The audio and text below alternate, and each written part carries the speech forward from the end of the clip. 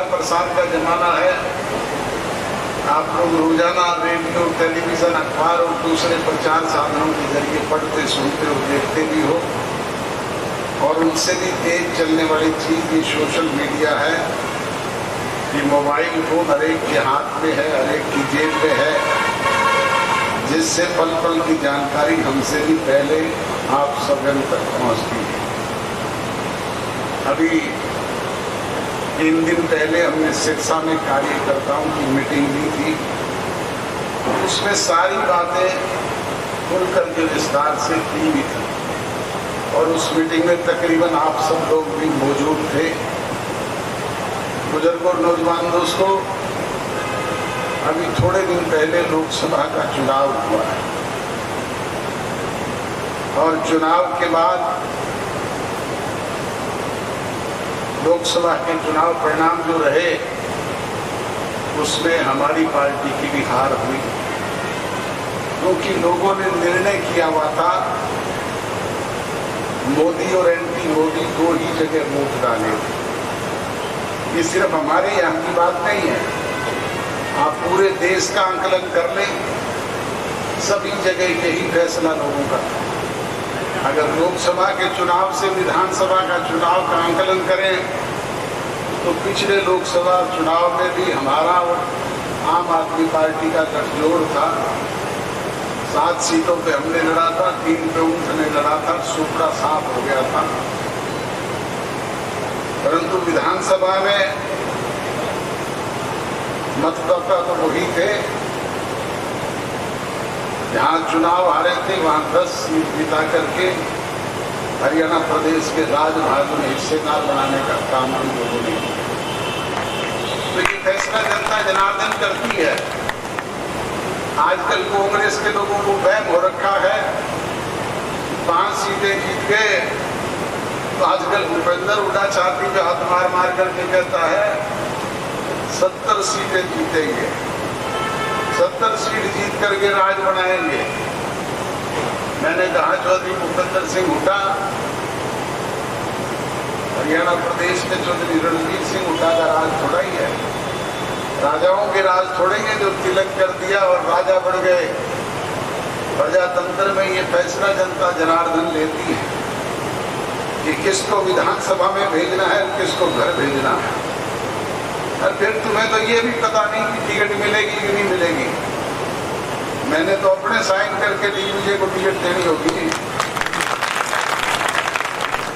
भूपेंद्र हुड्डा को टिकट लगाने के लिए तो कहीं सोनिया गांधी का पल्लू पकड़ना पड़ेगा, कहीं राहुल गांधी के आगे गिड़गिड़ाना पड़ेगा, कहीं प्रियंका गांधी की चुन्नी उठानी पड़ेगी, कहीं वेणुगोपाल की चप्पल उठानी पड़ेगी, तब जाकर के कोई बात बन सकती है।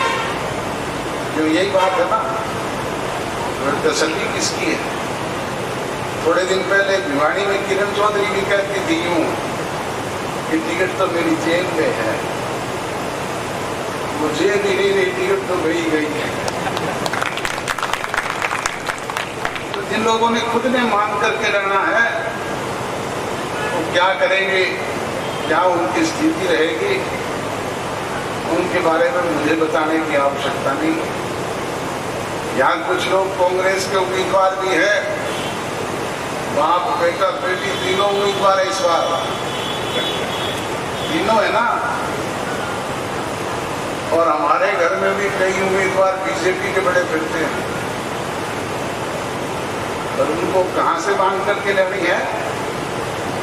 दिल्ली दरबार से। और हमने कहां देनी है? आपसे पूछ करके। बोलो, बताओ किसको देते हैं? बता दो किसको देते हैं? तो आप कहोगे उसी को देते हैं।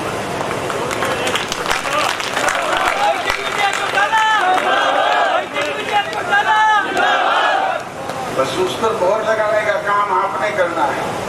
प्रजातंत्र में ये फैसला जनता जनार्दन लेती है, तो देर नहीं लगती। आपको याद होगा 72 का चुनाव पूरी तौर पे सूपड़ा साफ हो गया था। 18 लोग जीत करके आए थे, उनमें से भी 9 हरियाणा विशाल पार्टी के थे चौधरी देवीलाल सबम तो शाम से और आदमपुर से हार गए थे, मेरे दादा चौधरी सांवराम रोडी से हार गए थे, कोई नाम लेवा भी नहीं बचा था। परंतु उसी रोडी का क्षेत्र के लोगों ने 1973 में चौधरी देवीलाल को 16,500 से जिताया होगा।